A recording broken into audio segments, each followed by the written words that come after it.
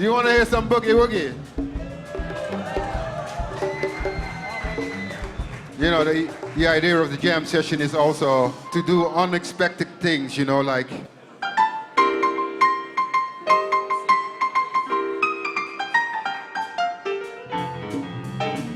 Oh, yeah. Starting here in 1967, it's always been about creating extraordinary blends, and I think that the jam sessions that we're talking about today are integral to that. When the artists coming to Montreux, they are meeting together at the Montreux Palace, they are seeing each other in the backstage, and this is something very special. So it's a way of creating a platform where the magic could happen, and this magic is the jam sessions. What is so important in Montreux is exactly what is that DNA and exactly what Claude Naps decided to do at the beginning. And of course, when musicians from very different era, they not always have a common language. So a good language and a good way to meet is to be on stage together. Where the artists come together, innovate, is very much part of what we've tried to support here at the festival with Clarendelle. Also bringing young artists together with some of their mentors.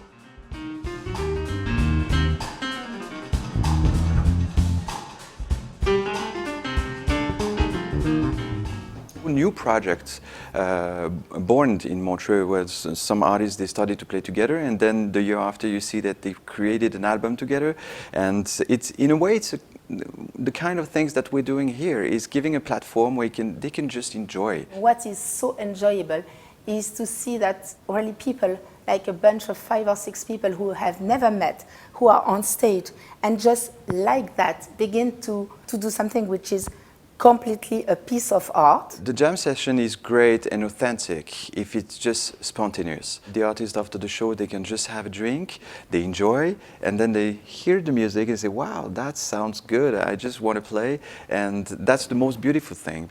Improvisation is part of jazz, right? And this is one of the most exciting aspects of the festival for me, to go and witness this. It usually happens between 1 and 4 o'clock in the morning, and I try to be there on a regular basis to see what happens.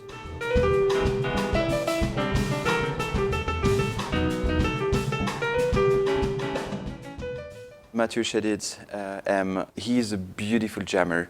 I took Mathieu with me and said, I just want to show you something. There is a little club and there is jam sessions. So he said, well, I just have a half an hour. And looked at me and said, do you think I can play a little bit? And Thomas Dutronc was there also. He said, I don't have my guitar. Do you have one guitar? I said, yeah, just, this is the guitar for you. And they started to play, and they played for like 2 hours and 3 hours. At 4:30 in the morning, when suddenly Prince came and played on stage, and I happened to be there with some of his fellow artists.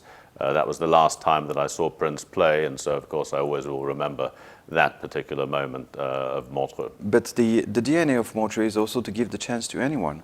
And if someone from the public just want to play, and he has the quality to play, and the magic could happen with a big star. And I know Prince Robert is a real fan of jam sessions. You know, that's the mother of invention, and you have to be patient in order to be able to earn something that is extraordinary. And so yeah, magic happens here in Montreux, and I'm happy with Clarendelle to be able to support this magic and make sure that it survives a long time into the future. And I'm certainly proud to be able to participate in any small way as a local resident of Switzerland and of this beautiful area.